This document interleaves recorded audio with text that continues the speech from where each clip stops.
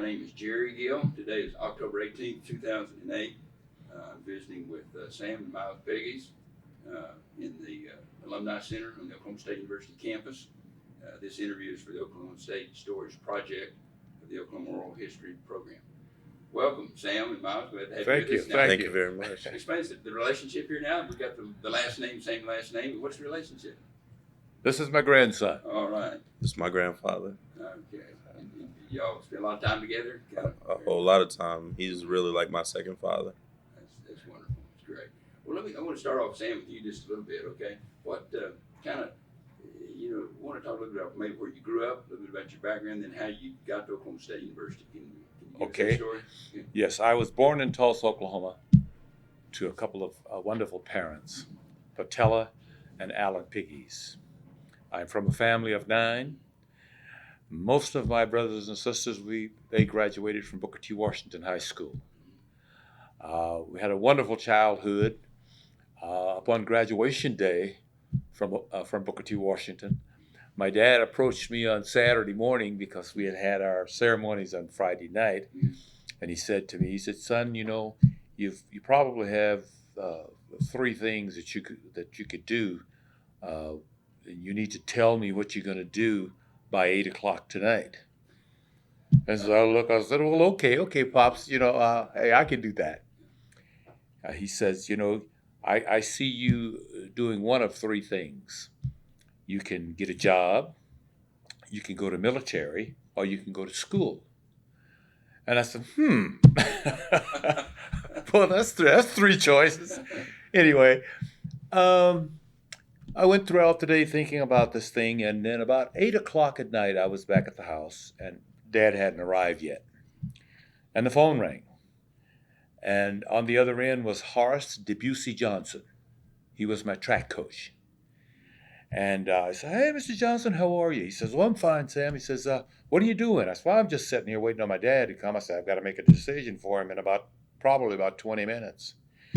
He said, "Well, Sam, I've got some good news." I said, "Oh?" He says, "Yes, I've got a full athletic scholarship at Oklahoma State University. You want to go to school?" I said, "Yes, when do I leave?" So that was, it was an answer. And so that was that was actually my intro to Oklahoma State. The track coach, Ralph Higgins, had evidently seen or heard about me, and he talked to the coach, and they offered me a full ride.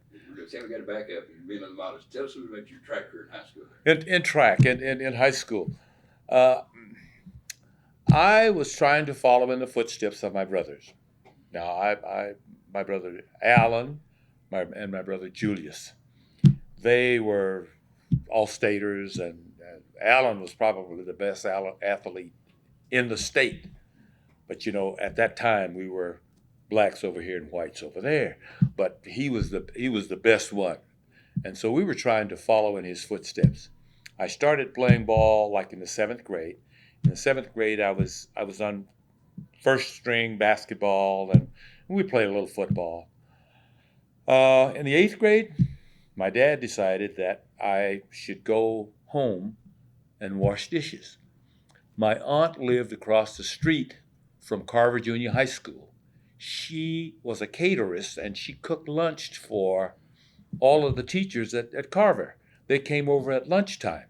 And so I had to go home immediately after school and wash all these dishes and then go back to practice. And when I started that, the coach said to me, It's unfair that we play you when all these other guys have been here for practice the whole time." I was about 20 minutes late because I could really wash dishes. but anyway, so I kind of persevered. I didn't quit the team. I just kept going, and eventually I graduated from junior high school. Unfortunately, when I moved to high school, that coach moved to high school also. And I had an experience in football that was just it was just tough for me to swallow, in that the coach was working with Oliver Manuel. Oliver started at Oklahoma State at the same time I did. He was in football, I was in track. But in working with Oliver, he told Oliver to do something, and Oliver didn't do it right. Okay, so he said, we're going to run it again. So the next time, Oliver kind of did it right, but he still didn't get it right. And the guy that was on defense, he was standing there ready to eat my lunch. So I did something different than the coach told me. And when I walked back up the field, I was coming back to the huddle. The coach was hitting the guy with a 2-4. I took my helmet off and I came back and I said, hey, if you need to hit me with that 2-4 in order to get me to understand what it is that you want me to do, I'm in the wrong spot. So ironically, it was that experience that led me to track. Because the next day in class, I don't know why we were out there jumping over our rope, but we were jumping over our rope. And I cleared 6 feet doing the scissors. And the coach, the track coach, Harsh Busey, he just happened to be looking. And he said, my God. He came to me, he said, Sam, I know you're not playing football, but you're going to run track. He took me out, and he switched me from a jumper that uses the scissors, and that's where you throw one leg up and then you follow with the other one. He switched me to the Western roll, and I was able to go up like 6'6", and I held a lot of the state records at that time in the high jump. I either won or tied. I never lost, and Coach Higgins got wind of that, I guess, and so he offered me the full ride. Now, what year was this, Sam? That was Your 1950. senior year was. Yeah, 1957. Graduated in 57. Yeah. High school. Yeah, I graduated in 57, and that fall I started at Oklahoma State University. So let me ask you the question. In 1957, how many African American students were enrolled at Oklahoma State University? At Oklahoma State University, I remember one distinctly, and that's my wife, Joanne. she was here, but the numbers were very low. I would imagine there were approximately 20. There were 20, and in that 20, we had to do a lot of stuff for ourselves. Now, our doing stuff for ourselves, it was just like, it was pretty different. The culture was different, and we didn't really feel, and I'll be truthful with you right now, that we were accepted in here. The state legislature the year before demanded, they passed a resolution that said that state institutions are open to any and everybody. Now, my wife, she got in before that was done. Now, when I came in, the doors were open. But still, and later I'll explain some of the things that happened to me during my journey that I think toughened me up, broadened my vision, and made me the kind of person that I am today. I don't dislike anybody. I don't hate anybody, and all that stuff is out the door. I use acceptance as my key to my being healthy. I accept a lot of things. I said, that's the way it is. If it's something that I feel is negative, then I work to try to change that. Isn't that what Obama's theme is? You just got to play it. And Sam, let me ask this: were there other? Was Orlando Hazley or were there other black athletes on campus at Oklahoma State at that time? Orlando was the first black individual on the track team. I don't know that there were any other sports persons on any other teams. Now the next year, let's see. I'm seeing I name some of them. Orlando was here. Pittman was here. L.C. Gordon came in basketball. Oliver Manuel had a scholarship. James King didn't come to about. Yeah, James King came afterward. Yeah, he came after us. Yes, but during that period, Ray Bothwell. There was a discus thrower. I don't remember his name. Did you guys kind of hang out together? Henry Bell is the guy that I was trying to remember. Okay, yes. One of the things that happened was, birds of a feather flock together. And they don't only flock together just because they're there. They find comfort. There's solace. There's peace. And you don't have to fight stuff that you've confronted in your hometown or wherever you did it. And we hung out. LC and I became real good friends. He's from Memphis, Tennessee. We just did a lot of things. We did our own parties when we go down to the black neighborhood and party. The fourth floor of the student union was our meeting spot. That was because we would go in this room and there was a jukebox in there and we could play the music that we like. Okay? And we understood that the cowboy was the symbol, the mascot for Oklahoma State University. Well, there's no way we were going to change that. So we just went in there and dropped our quarters in the jukebox, played our music, danced, had a good time, went home. Was there much interaction? I'm talking about the athletes between the white athletes and black athletes. Yes, sir. Yes, sir. There was plenty of association for the guys that were on the team. The team members understood that, hey, we're out here to win. And if you're good and you make your contribution, we will win. So there wasn't that animosity there. Now I was put in a kind of a goofy situation in that Coach Higgins always roomed me up with Aubrey Dooley. You remember Aubrey, right? Sure do. Aubrey was a good guy, but to me he had some feelings that weren't totally all what they should have been. And an example was that when we would go on trips, we'd go out of here for trips. We would go to hotels when we went north. And Aubrey would always be first in line to get his key. He'd get his key and he would always go up to the room. I mean, this was every time. He would put his bag on the big bed. And so I would walk in and say, well, wait. Did we discuss how we were going to do this bed thing? Okay. I said, okay, if you're going to get the big bed, we got to wrestle for it. And I'd beat him practically every time. But then I would give him the big bed. I said, it's okay. Now, if I got to the room, I would always set my bag on the floor. I'd just sit on the floor. When he comes in, I said, which bed you want? If he got to the room first, he would go and put his bag on the big bed. So there was little stuff.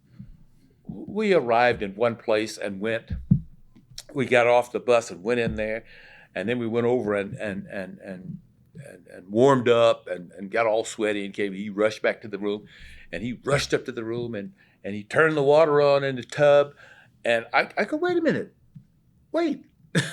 whose water is this in this tub? So he said, it's mine, don't you? So I just went and stuck my foot in the tub, and don't you know he didn't bathe? It's okay. I've had a number of experiences in that I did not allow to get to me. I just accepted it. I said, hey, okay, it's all right, but I got to change this bird. And Dooley was a good friend of mine, but it was just something that he evidently was brought up with, and it would happen. The Graham brothers, wonderful relationship. Louis Mann, Metcalf, Grahams. I already mentioned those, didn't I? That's not Alzheimer's. That's Sumheimer. What kind of follow up your question? What was you told me your favorite hangout was in the fourth floor of the student union? What were some of the activities you guys' favorite activities? You had a group. You said you made some of your social activities. What are some things you did together on and off campus? You remember? Ooh. That you can tell about, okay? Well, I can talk about any of it, whether you want to hear it or not is something else. Well, no, it was the social life was basically it centered around little dances. We'd get together and watch TV up there. Favorite pastime was to play cards, and some of us would play dominoes, but just stuff like that. It wasn't and whenever the university put on something, we would go and attend. But you take like other fraternities and sororities, we probably never got invited. But it's okay, because we were a happy together group. Times were tough, but you learn from tough times. I was talking to the Irish guy, and he said, one of the things he said, it's tough to find a date. What is that? Yeah. You're probably not that many African American women on campus, but now he said they went down to Langston. Did y'all go to Langston some? We went to Langston. Well, we went to Langston, we went to Oklahoma City and Tulsa. I thought you were referring to activities on campus. So at Langston, always a party going on.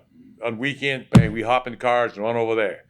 I remember distinctly that some of the guys tore up my car because they went to Oklahoma City, and I had a Maypop that popped, and they went off the highway on one side, went across the highway on the other side, and just tore my car up. But anyway, it was something that we probably didn't give that much thought to, because, if the university put something on, we were welcome. We could go in there. And we meet up with the guys on our teams and stuff, and we rub shoulders, and we just like it should be. Just like it should be. Now, speaking of you're talking about your team and traveling, you mentioned earlier. Okay. You travel up north. Do you have any memories of traveling south? Oh, yeah. Share some of those with us? Orlando Hazley was the first black on the team, and I came in right after him. And when we'd go to the Texas Relays, Orlando, when we got down there to where we got hotels, all of the white players went uptown, and we went over to the quote unquote colored part of town, and we'd get a room over there. Well, I'm going to reveal this. Probably shouldn't, but I'm going to reveal it. What Coach didn't know was that he would always tell us what time he was coming back. Well, Orlando and I had a friend in that town that would pick us up, take us to his house. We stayed at his house. But Coach thought we were in a hotel. Okay, so when he'd say he'd come by pick us, he said pick us up at 2:15, we'd be out there at 2 o'clock. And we'd be standing there with our bags. And then Orlando told me, he said, Sam, I'm going to tell you about Texas. Anytime you go south from Stillwater, you must always go, before you go to party, go somewhere and buy yourself a hamburger or two and take it back to your room. Okay. The next year, Hazley didn't go. Okay. So I'm by myself. I leave the room and I go party. When I get finished party, I come back to I didn't buy my breakfast. Anyway, they picked us up early that morning and we headed back to Stillwater. And my experience was that I was in the car with Mac DeLozier. Mac was a super guy.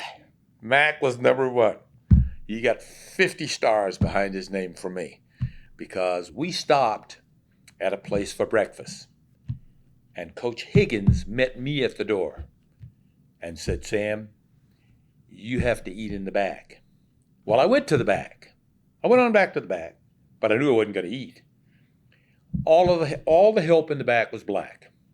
So they brought all the eggs and all the bacon and all the sausage and set it at a table for me to get what I wanted. And I said, no, I'm not hungry. They picked it up and they took it on outside. The only thing I did after that, I got up and I walked back through the restaurant.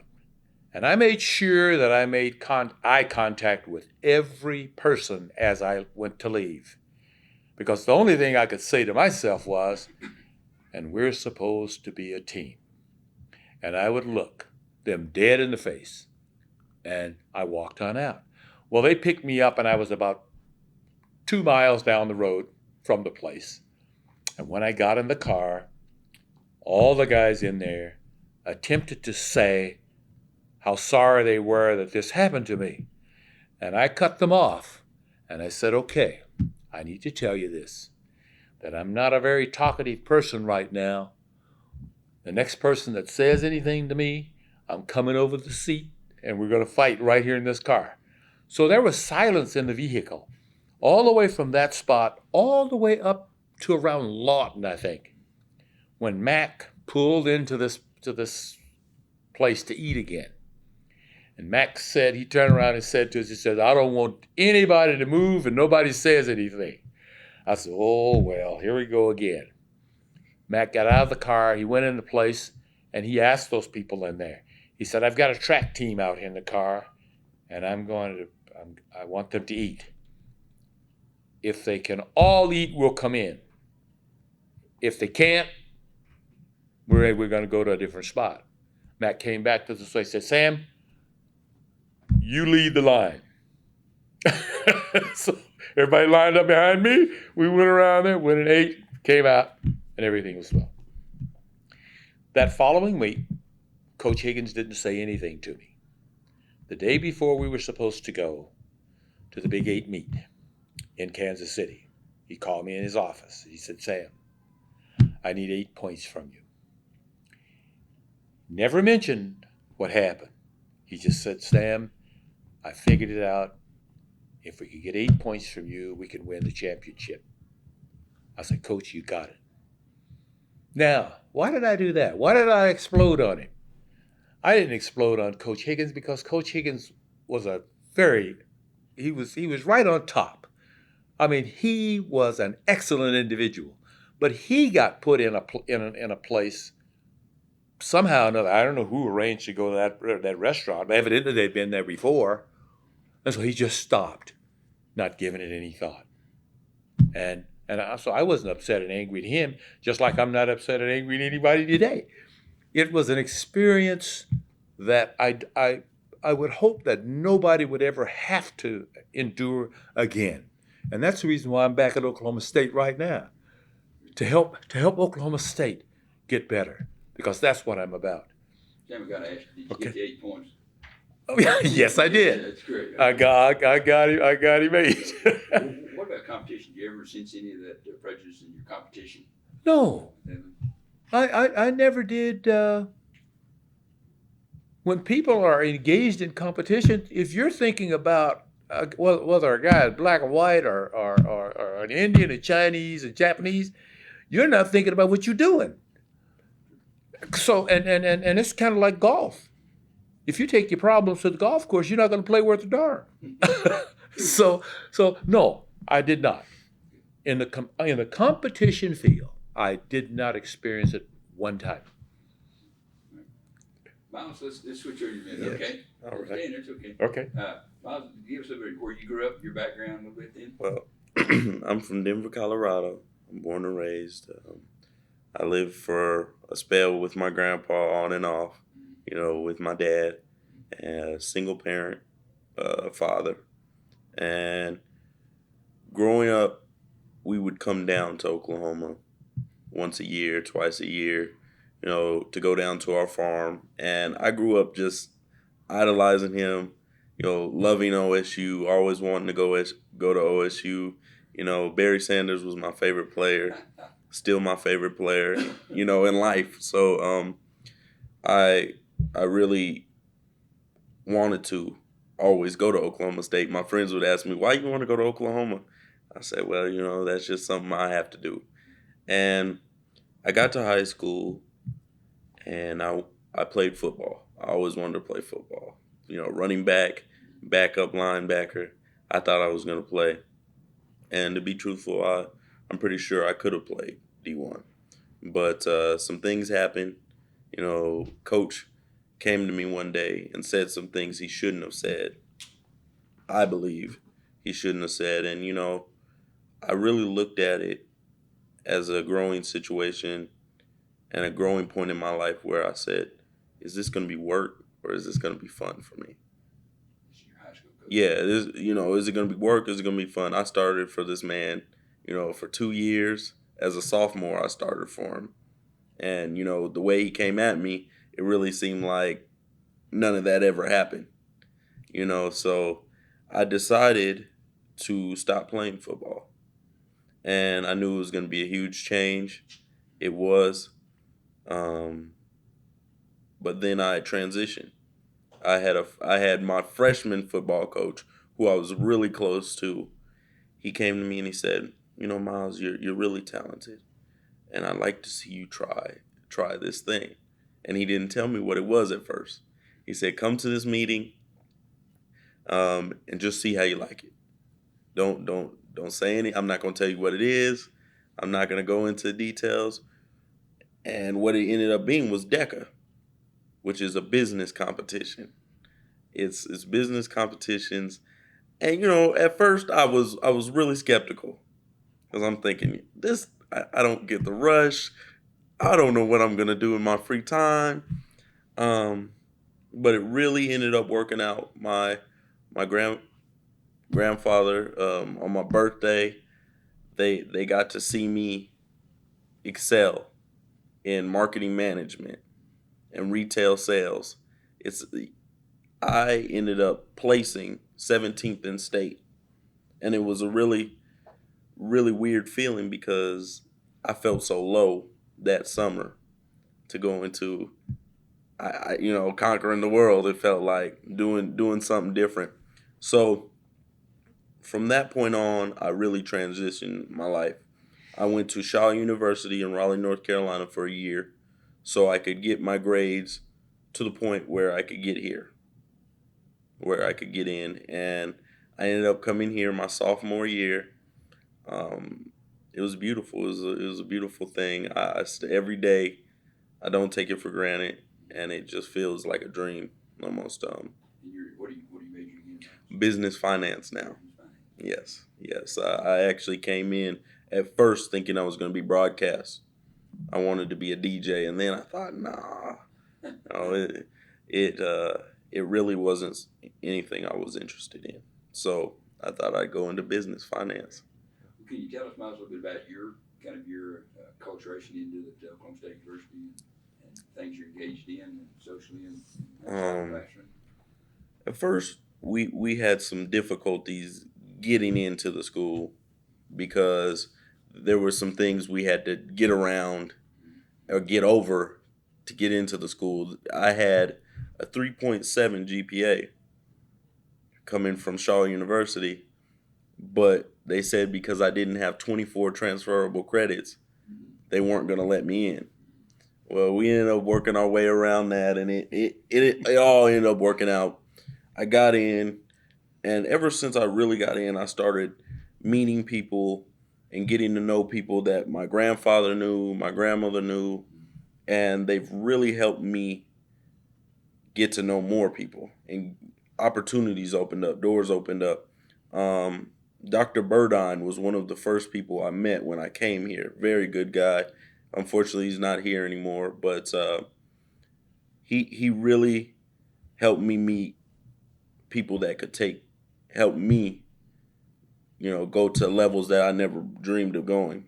You feel Myles was a pretty good social, or not sort of a social network, but also to kind of support you in terms of academics. And Yes. We were, when we first came, we were talking to Anthony Walker of the RISE program, and he got me into that, and he really understood where I was coming from, as in I wasn't from Oklahoma, and I'm coming in, I'm a transfer student, I'm new to this whole big college thing. He really helped me transition better. He how's your grades going? We'll give you this money if you're getting your grades together. And it really helped me push through that first year, because honestly, that first year, I don't care where you go, it's tough. It's tough that first year at a big school. It was a lot different from Shaw. The culture was a lot different. I really didn't understand what country was until I got here. But I ended up liking it, and I'm vice president of HSA, Hispanic Student Association. I'm on the design team for the student union, and just meeting those people, meeting Anthony Walker's, the Dr. Burdines, Dr. Figueroa's, has really helped me become a great student and do better. Do you feel comfortable in the environment here now? Is it a pretty accepting environment, for Yes, yes. for black students, for Mexican American students, et cetera? Is it fairly? I believe it's okay. It's not where it could be. And that's the thing, me being on the design team, so I'm really trying to help us get to the point where we can be more accepting, because I come from a place like Denver. Denver, Colorado is very liberal.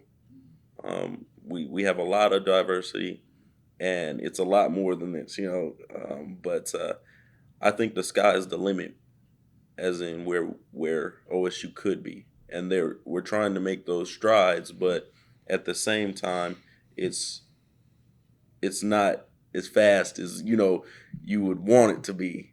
But sometimes things come slowly. So it's good for now, but I'd say it's just okay. It can get better. Well, I gotta ask you a question. Your granddad, parties in South Community and Langston. Where do you guys party now? Oh man, the Reserves has a lot of parties in the apartments. There's some apartments off of 6th, I believe, and we have parties. Now I can't tell you this, but I'm going to tell you this. There's parties in the apartments over in the community apartments at OSU. They have parties and things. It just depends on where it is. We still in the ballroom. Sometimes there's parties up in the ballroom. We're really supportive of each other. In the ICAE, Inclusion Center for Academic Excellence, all the groups have an opportunity to come together and talk about what's going on and support each other. And I really think that's how the culture is developing. With society changing in the in the U.S., I believe that we should be going that same way, and we are. But we party all over. Not in the hole in the floor like he tell you, but we don't do that anymore. Yes.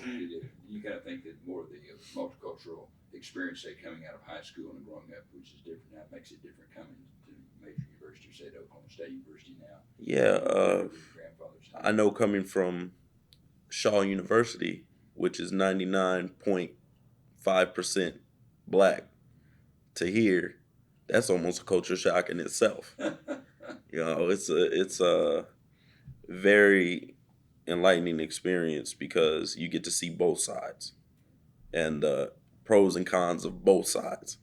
But I think Oklahoma State is trying to move forward in those aspects, because we have a great international student presence, and I think we're trying to make those strides. I would really like to see more students of diversity from Kansas, from Colorado, from Mississippi, Arkansas, coming from all different places to get here, to come here and go here. Not just Oklahoma City, Tulsa. I think that would really help us make bigger strides. Sam, back here, let me ask you. We talked a little about your experience, but don't get back to the academic side of it. Your major here, Okay. And if you some professors, and kind of what the relationship there was. Well, it was hard, rough. It was tough. You go those terms. I could go on and on and on. When I came to Oklahoma State, I came down here and enrolled in college. I was assigned an advisor, and that advisor enrolled me in 21 hours in architecture. Okay? So now I go back home because my brother Julius, he's kind of a whiz. He's just so smart he doesn't know how to tie his shoes. But he is very intelligent because he's an aeronautical engineer. And I said, well, Jay, look at the schedule. What do you think? He said, yeah, you can do it, Sam. Because I just think he just glanced at it. He didn't really look at it. He said, Sam, you can do it. I said, okay. So I came here. For one half a semester, That was the toughest thing that I have ever done in my life. I was up in the morning at 6, down to breakfast by 6:30. I was on my way to class at 8. I got out of class at noon. I was back in class at 1. I would go till 2 or 3. Then I had to go to Gallagher Hall, and I had to work an hour, and then I had to run track practice for a couple hours, and then I leave there and I go to the athletic where I eat, to the dining hall, and then at about 7:15 I'm on my way to the library. So I go to the library until the library closed. I walk back to Bennett Hall, and then I go down to Lord Ransom's room. He was tutoring me in math, in algebra, and I'd stay until 1:30. I'd get into bed by 2 o'clock, and I was back up at 6. Now, here's the irony of this whole situation. The same person that gave me 21 hours, and this is what brought me to my senses at midterm. At midterm, I had all F's but 1. I came to the student union, and I was getting on the elevator to go upstairs. I didn't come here during the week. It was only on weekends because I had to have a break. I was getting on the elevator. My advisor was getting off, and he said 3 distinct words to me. He looked me in the eye and he says, "You still here?"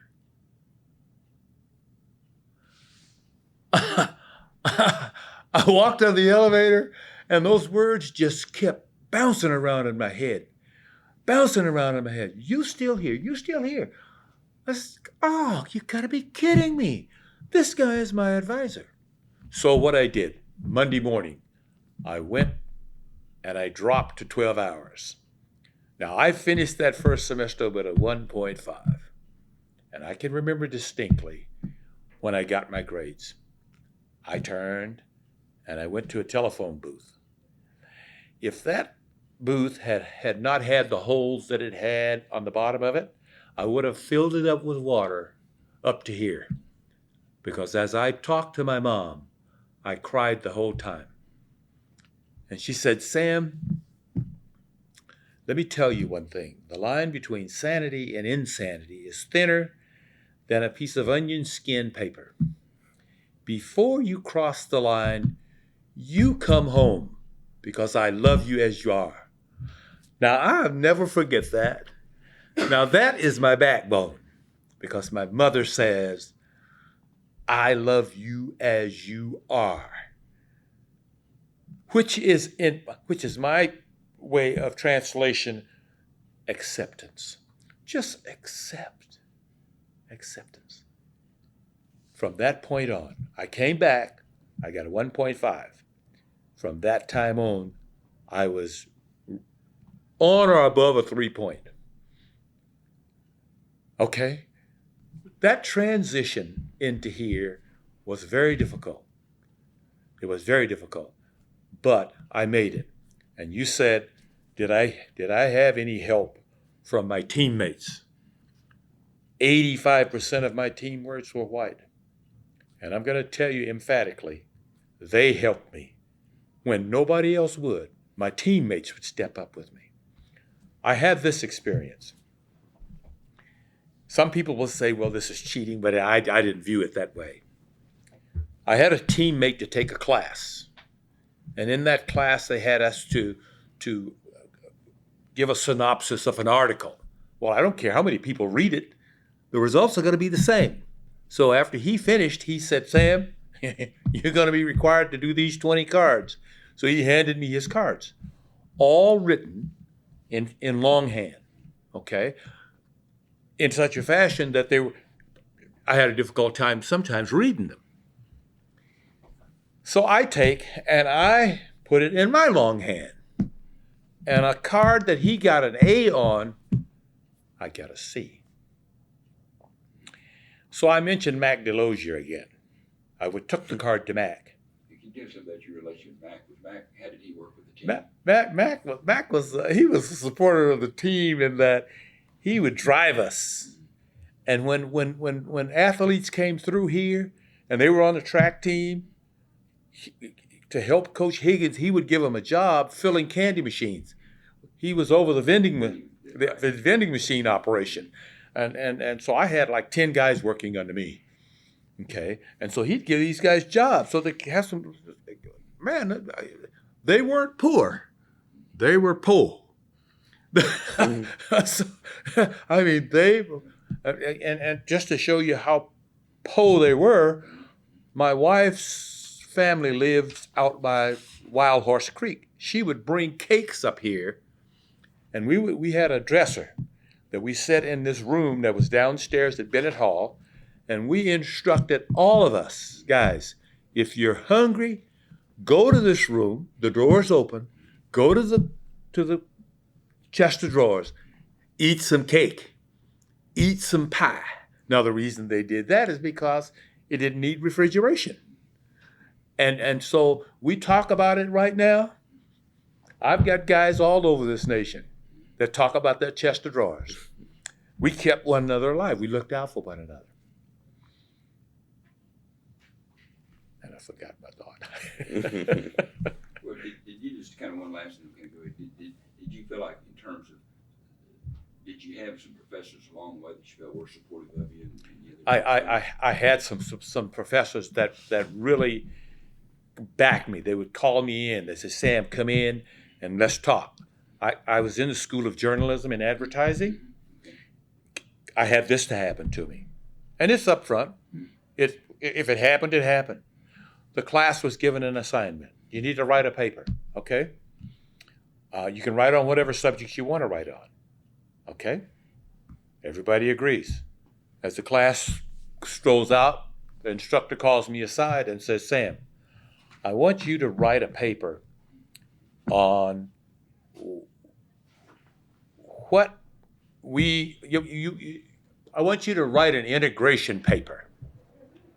Tell us how we can solve the segregation integration problem. Well, I'm saying, the theme of my paper was pointed in that direction. But when I got down to the summary of it, I let that professor know that the solution to the total problem is wrapped up in one word: acceptance. If you just accept me as a person or a man, like I accept you as a person, why do we have a problem? Okay, and I said that we have great men out there, top men that represent the black race. Jesse Jackson, Martin Luther King, Abernathy. We have all these guys out there. They're working on it.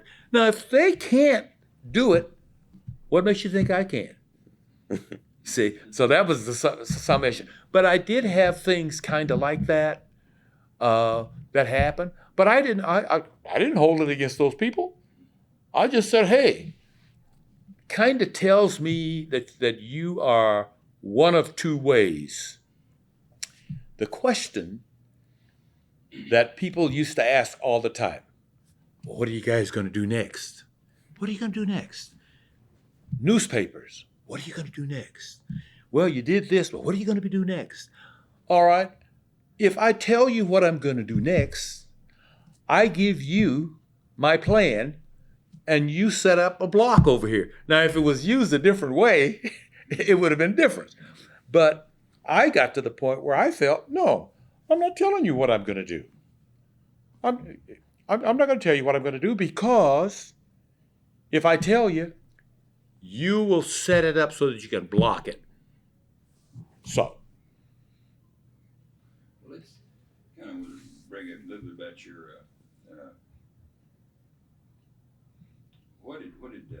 what did Mac say about you? I want to go back to the question you had about the cards.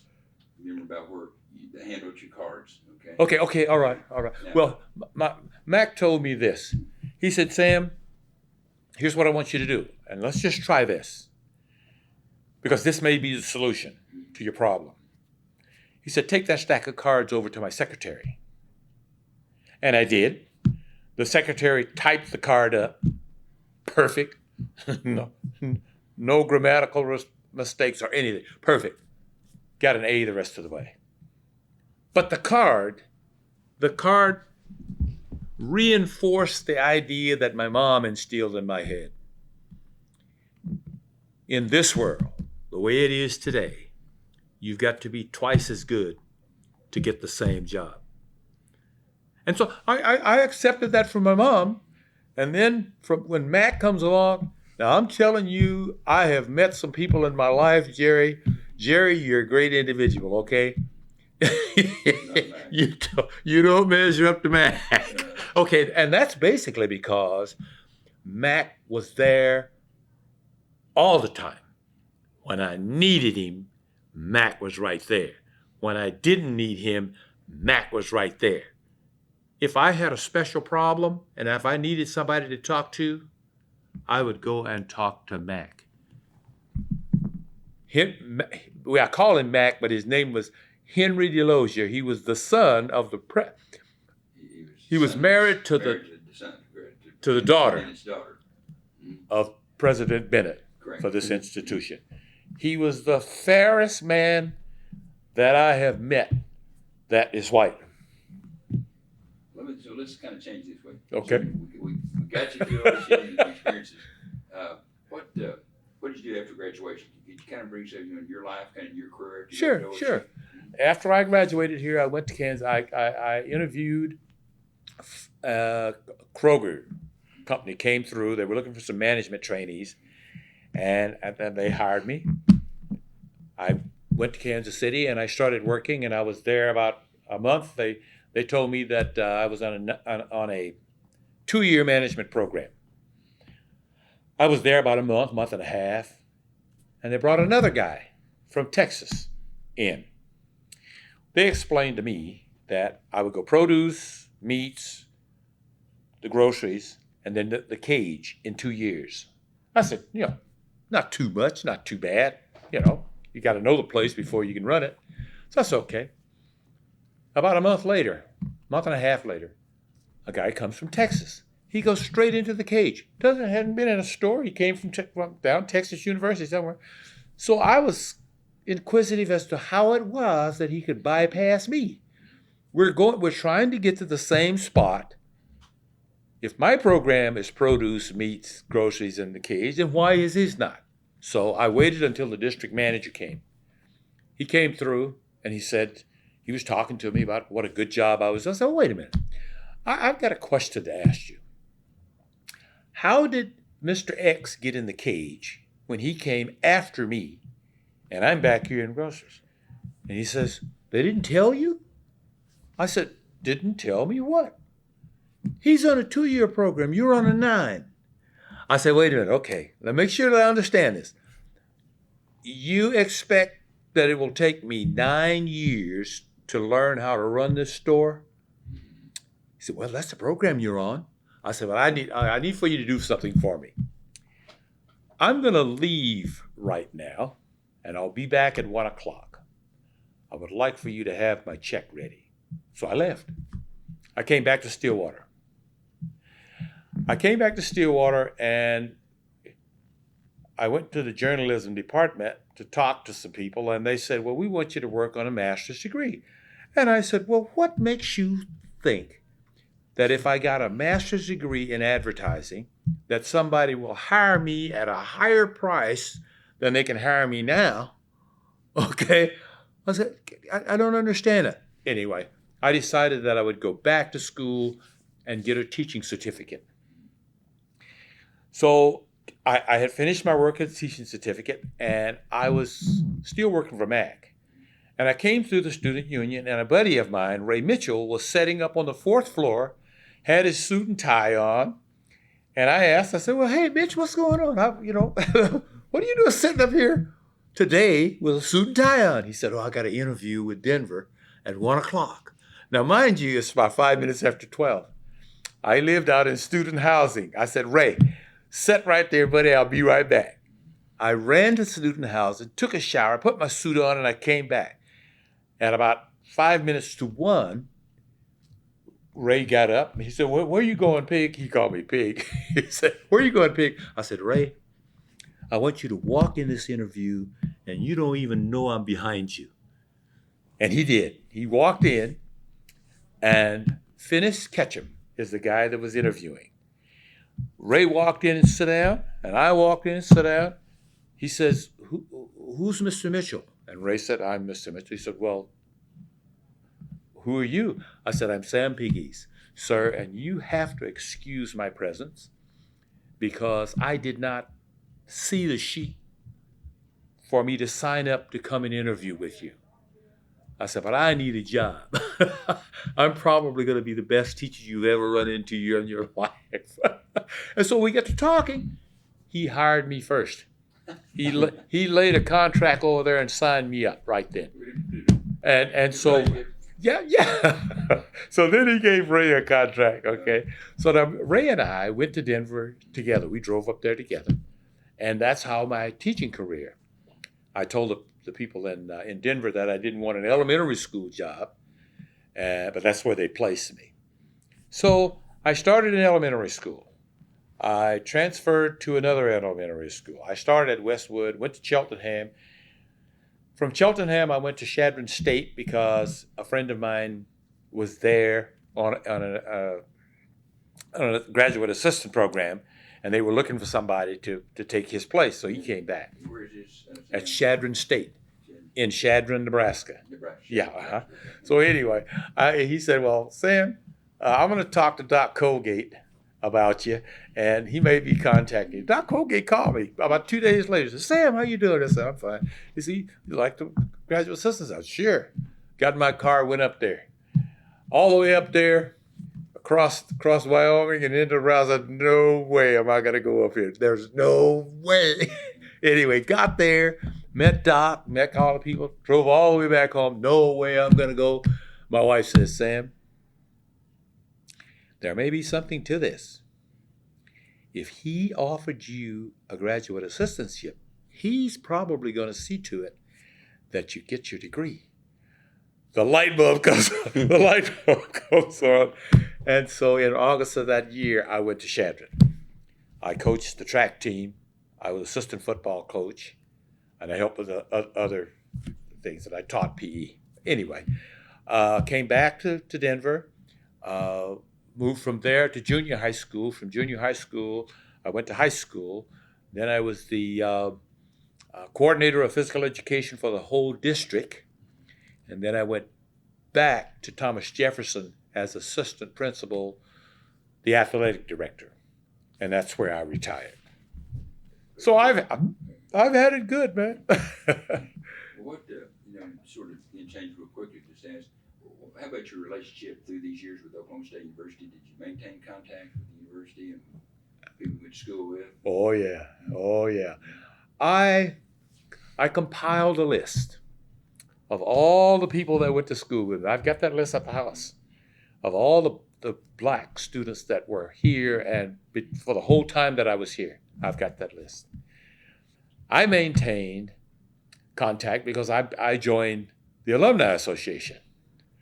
And thanks to you, I became a life member.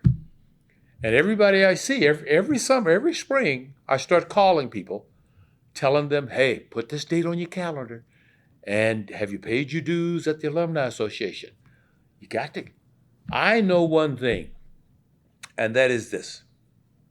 If you're going to help or assist with change, you can't be on the outside of the shell. You've got to be inside of the shell where the yoki is, where the genes are.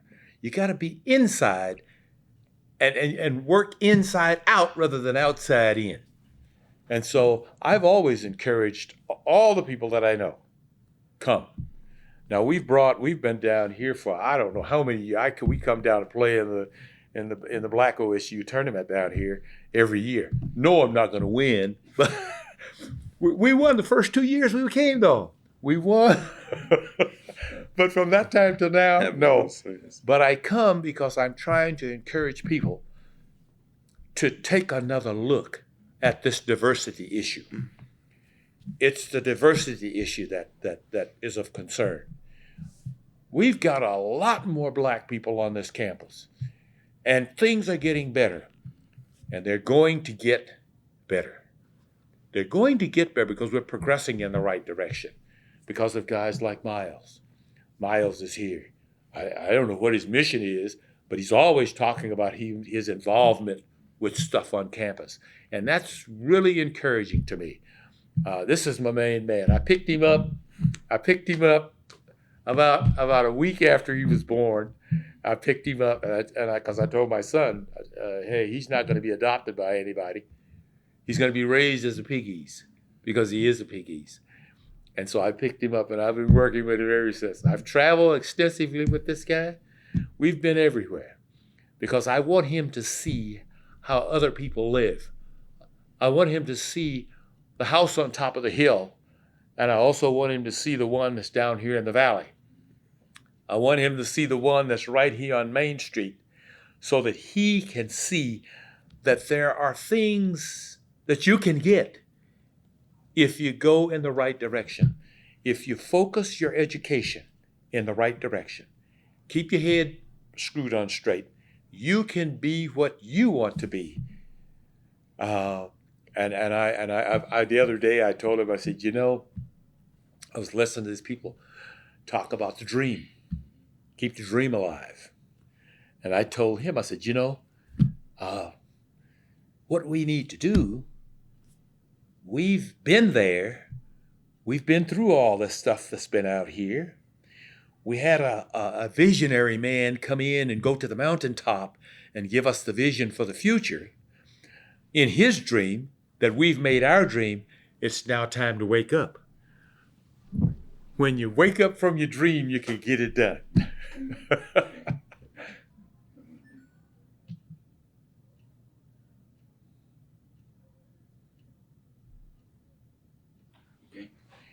In this day and time, there is an abundance of talk about change. It's change. Obama's talking about it. McCain's talking about it. Everybody's talking about change. We're trying to change where we are and what's happening to us. I walk into Oklahoma State University, and downstairs, in the window of the shop where you went, Student union. in the student union, the theme of it is change. And they're talking about renovating this building to be today. The dream. They're talking about dreaming of change. And I'm trying to tell my man here and everybody that I meet, we got to work, we got to wake up and work for change, because change is going to be good for us. Sam, I agree. And one of the things, can you recall, when we created IRF, Scott and I talked about this yesterday, and he was our charter president of the Black Alumni Association. Okay. You remember in the days, he was on the National Board of Directors, and when we created the OSU Black Alumni Association under the umbrella of the OSU Alumni Association, you were in some of those early discussions. Yes. And you remember what some of our goals for that organization were, and some of the things that we've done. Well, yes, the goal, I think the goal had a pronged focus, because it addressed the fact that hey, we need to expand. There are a lot of people coming through here of color. They're coming through here. Where are they? We need to take that, and we need to get those people back here and get them back, let them know what's going on here. So it was a matter that we were trying. Like Bill Cosby says, eggs are a wonderful thing. Flour is wonderful. Flavoring is wonderful. The other ingredients of a cake. He said they're probably all good when you see them as separate entities. But if you mix them together, what do you have? You have a bouquet. And when you have the best flower arrangements that you could ever lay your eyes upon are not those that are of a single color. Yeah, we can get a bouquet of yellow flower, and they probably will be pretty. But boy, once you start sticking some red and some yellow and some green and some purple and some white and put it all together, that's what we're shooting for. And the OSU Black Alumni Association,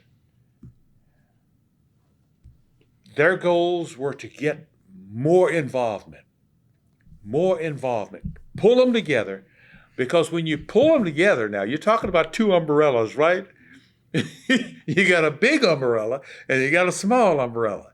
And when you pull them together, they understand that we're under the umbrella where everybody else is. And Sam, a couple of things I talked to some of the guys that had been here, sort of the pioneers like yourself in the 50s and 60s, African American on our campus, and some of them still had some issues and concerns about their experience in Oklahoma State University, and we frankly discussed some of that they weren't as good as they should have been, and at some points, OSU wasn't as accepting and as accommodating as it should have been as well. But I remember Sam Combs saying at one of the meetings, he said, "Guys, get over it." He said, we all went to Oklahoma State University. Our degrees from Oklahoma State University. We need to be part of the university. You remember some of that conversation? I do remember that. And Sam had a point that you can dwell on that stuff that happened way back there, just like I was saying that we've been through it. Hey, we've been through it. There's nothing you can change about that. Wake up. Take apart, participate in what's going on today, and make today better for tomorrow. When I came to Oklahoma State with Myles, there were some things that were out there, and the people that were attempting to help me, I had to let them know up front, hey, I'm not trying to get this particular point squared away from Myles. I'm trying to get it squared away because there's somebody else out there that may be confronted with the same problem, that may not have the education or the intelligence or however you want to place it, to know how to resolve the problem.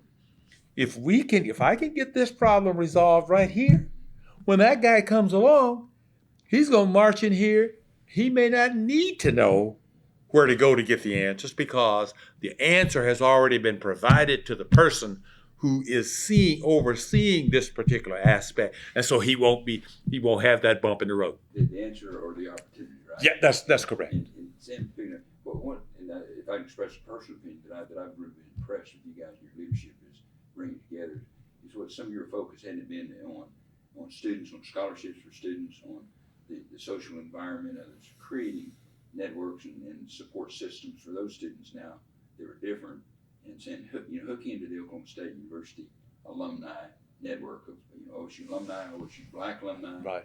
Use it, and I've been impressed with the way you guys have engaged students, particularly made that a major part of your mission to sort of change that paradigm. Exactly. It's the educational part that we're trying to get. Education. We're trying to get to the opportunity to do things because of our education. If we can get our education, we know that out there the opportunities will exist for us, and we're trying to open up those avenues to opportunity. See, and with him, you know what we're focusing in on? I want him to get as much in his head as he can get, have as many experiences as he can get, because this guy here is going to set up his own business. Let's go back to you. All right. It's a little bit of sort of passing the torch a little bit, if you will, in the generation, your grandfather's generation, and even the generation, right in front of you. The experience has changed at OSU, but they've helped make the experience for those coming behind them, better. So how do you feel? You were talking about earlier, Myles, about your experience is not quite, it's good, but not great. I mean, that's kind of my words. Okay, it could be better, needs to be better.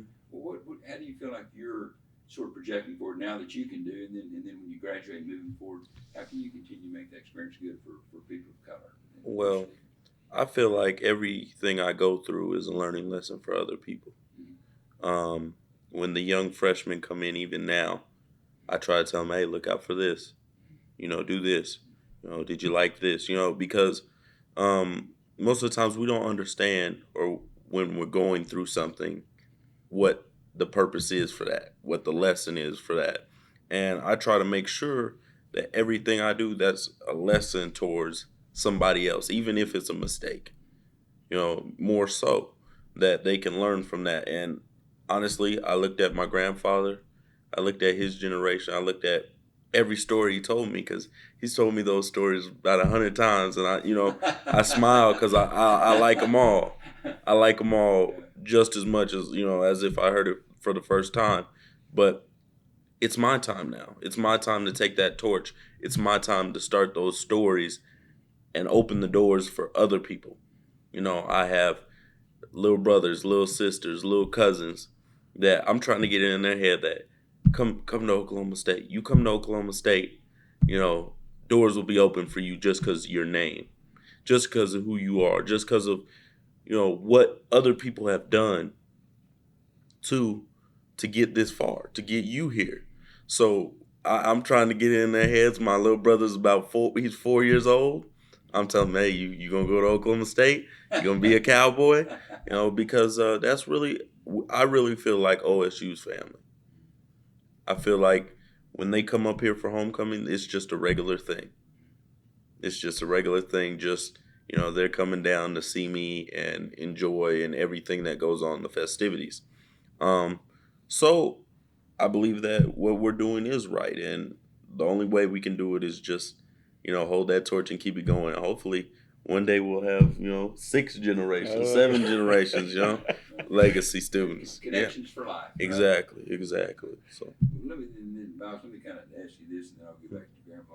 What, to this point, we've just been a couple years up on state. What's some of your favorite memories to this point? And I know memories, recent memories, but your favorite experiences at Oklahoma State. First and foremost is the OSU football game. My first football game, to see that crowd of orange, just to see Pistol Pete run around, and Bullet, that was just a childhood dream being fulfilled.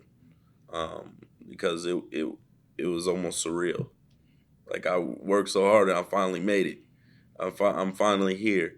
And then actually a very close thing, which meant a lot to me, was I got to play in the Black Alumni Tournament yesterday. The golf tournament. Yeah, with to raise scholarship money. Yes, with my grandfather and grandmother. So, and a cousin actually, Patrice Latimer.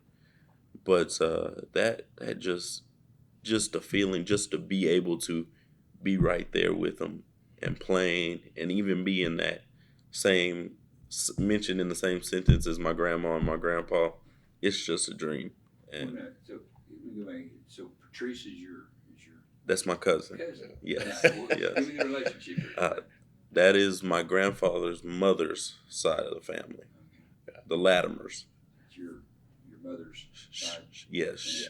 My mother's brothers, sons, daughters. Yeah. She was actually, Patrice was actually the first SGA president. Was it student body president? Yes, African American woman, student body president. So yes, so Patrice, I love her to death. She, when we went to DC, she, told me some things and passed the torch from her aspect, from her end of the spectrum. So it's just been almost like, prodigy coming up. You have so many people telling you so many things about it, and it really feels that way.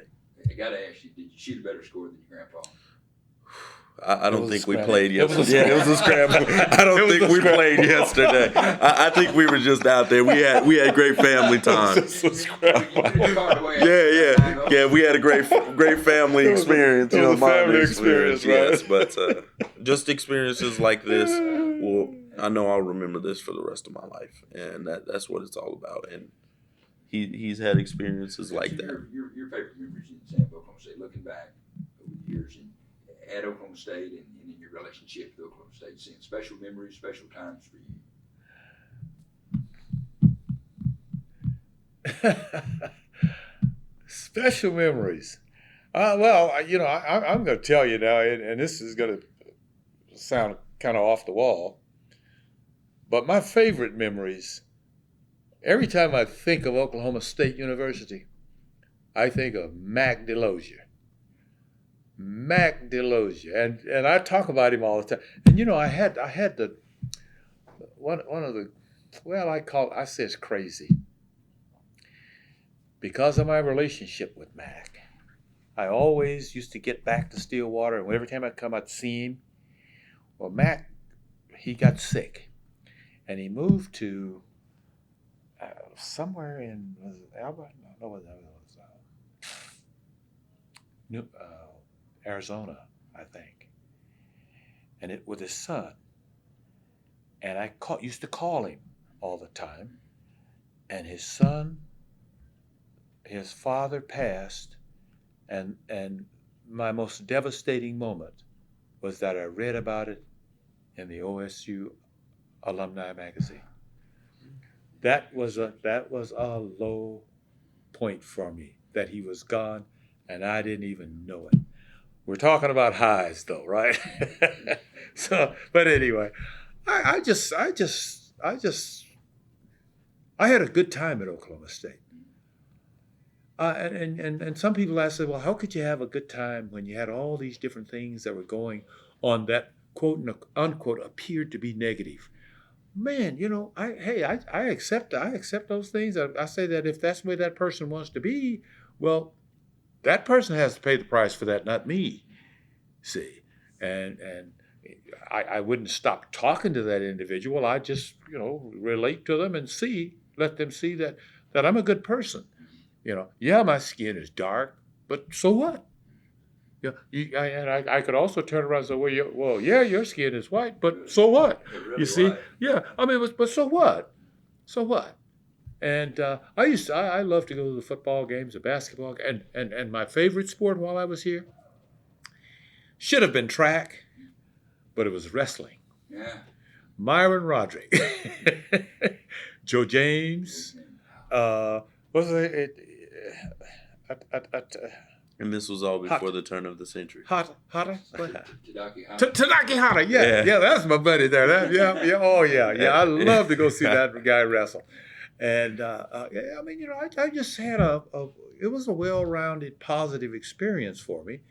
Had a few things that I didn't particularly care for, but that's life. Sam, we didn't talk about, give some favorite sports. I mean, some of your track memories, favorite track memories. I mean, some of your performances. But oh well. Some stick out for you? Yeah, well, there was a guy down at OU, Mark Brady. Now, in high school, I only competed against Mark in the state finals, and James Green, and I beat those guys. Okay, but Mark's dad built him a high jump pit in his backyard or something. That he got to the point where he could jump 7 feet. But he never beat me. James Green was up there. He was up there high, but he never beat me. Man, that was just, I was a sprinter. I ran the 100 to 220. I broad jumped, I high jumped. I run a leg on the 440, 880 relay.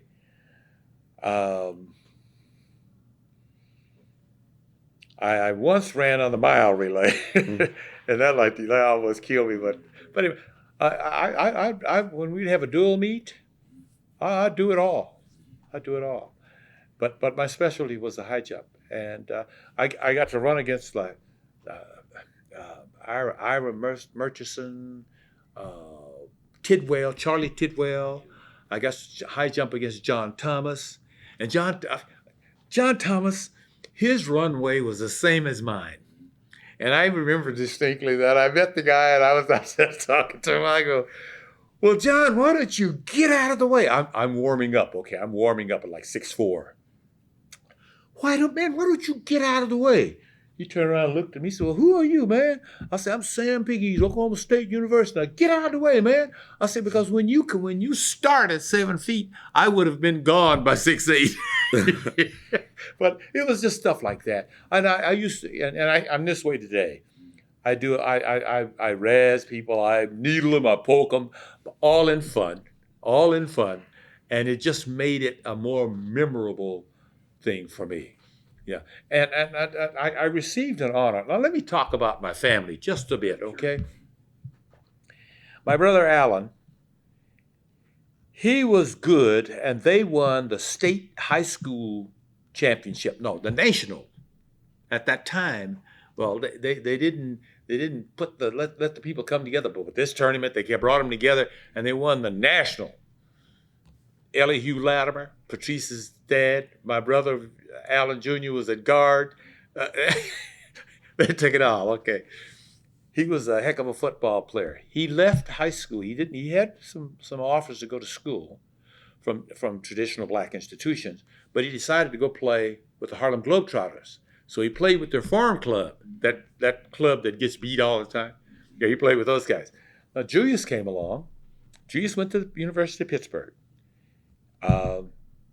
He is in the Hall of Fame at the University of Pittsburgh. The other night, he was inducted into the Historical Society of Tulsa's Hall of Fame. Then I came along. I came to Oklahoma State. I was inducted into the Hall of Fame at Oklahoma State in track. My brother Luther went to Central Oklahoma State. He's in their Hall of Fame in basketball, and he's also in the Hall of Fame of the Oklahoma Coaches Association. So you're not just dealing with some ordinary Joes here, some Joe Plumbers. Ordinary pizza. Yeah, and all of this inspiration and all of this that went along with us becoming the people that we are came from the leadership and direction of Alan and Patella Pegues. And we try to pass it on. One of the things that I pass on to this young man, whenever I do something for Myles, I will say to him, you don't have to pay me back. I tell you to do what? Just Pass it. Pass on. Yeah. Pass it on. I said, you don't owe me that. He said, oh, what do I owe you, Papa? You don't owe me nothing. Just pass it on. Find some other person out there, younger than you or the same age as you, and pass on the knowledge that you have. Pass on your wisdom. Pass on this stuff. That's good. Because when you pass it on, you never know what that guy's going to do with it. If you're telling him to pass it on and he does good, what does that do? It causes the stream to flow. Mine's kind of maybe finishing again. What is this, pass it on or pay forward, some people call it? Pay it forward. It's very much so. Is that influence of your grandparents and your family, your father, and has that been important to you in your growth? Oh, extremely, extremely. I mean, I hold myself to, he wouldn't say do this, but I often find myself doing this, seeing my Uncle Julius and my Uncle Alan. I feel like there's been a gap between all that talent to now. Not saying that my uncles and things, they didn't do anything, but saying that I want to get Piggy's status back up to what it was. And I feel that that's my personal challenge. You know, not so much for people just knowing me, but for me to be able to touch people's lives and change things. I really believe that there's people that watch things happen, there's people that make things happen, and there's people who ask what happened. Wonder what happened. Yeah, Right, yeah. great. So I really want to be one of those movers and shakers, just from them. Guys, it's been wonderful. We really thank you. Anything else we've left out you'd like to mention? No. They're good shape. Thank you very much.